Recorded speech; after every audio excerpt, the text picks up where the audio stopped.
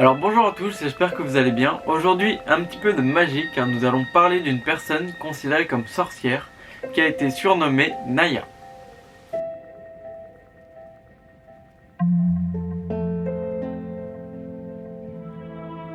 Alors petite précision, une grande partie de ces sources viennent de Charles Géniaux, donc par ses enquêtes publiées notamment dans Wild World Magazine ou encore son livre La Vieille France.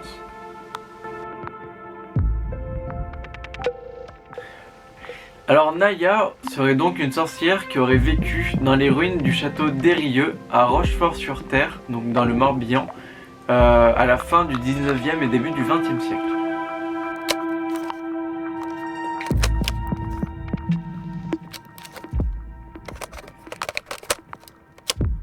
Le surnom de Naya pourrait être lié au mot gallo signifiant noir.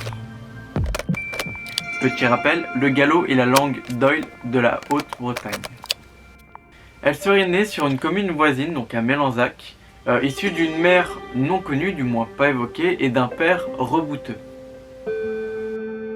Alors petit rappel, un rebouteux est un guérisseur, donc généralement dépourvu d'un diplôme médical, qui soigne par des moyens magiques, grâce notamment à des dons particuliers supposés, ou avec des potions, etc. Petite info, en France, donc tout ce qui est guérisseur, rebouteux, etc., tout ça, on le risque d'être poursuivi par la justice pour exercice illégal de la médecine, donc peut être puni de 2 ans d'emprisonnement et de 30 000 € d'amende.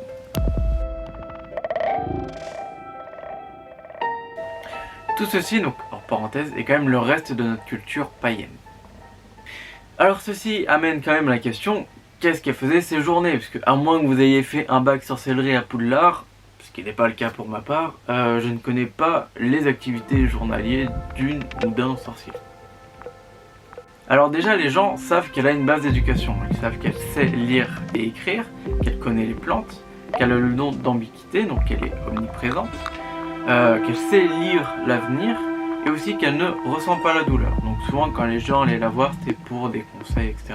Ou alors, ils pouvaient parfois la croiser dans la forêt, entre guillemets, par hasard. Parmi les écrits de Charles Géniaux, il commenta à un moment: les plus anciens parmi les vieillards se souviennent de Naya. Leur petite enfance fut bercée par les récits magiques de ses exploits.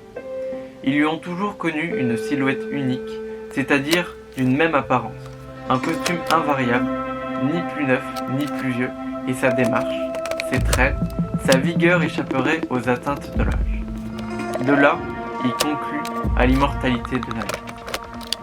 Dans un autre écrit, il relaya que les gens croyaient que Naya ne mangeait ni ne buvait, qu'elle fut rencontrée donc le même jour à des distances fort éloignées, qu'elle prédisait l'avenir en lisant les lignes de la main et jetait des sorts, qu'elle invoquait même un esprit nommé Nyami et avait une insensibilité au feu, les laissant brûler sur la paume de sa main. Actuellement, un musée-galerie des arts fantastiques et visionnaires installé dans le Rochefort-en-Terre depuis 2015 porte son nom, le Nayan Museum. Voilà pour notre chère Naya. Bon bah je vous mets les liens dans la description, j'espère que ça vous aura plu et je vous dis à la prochaine.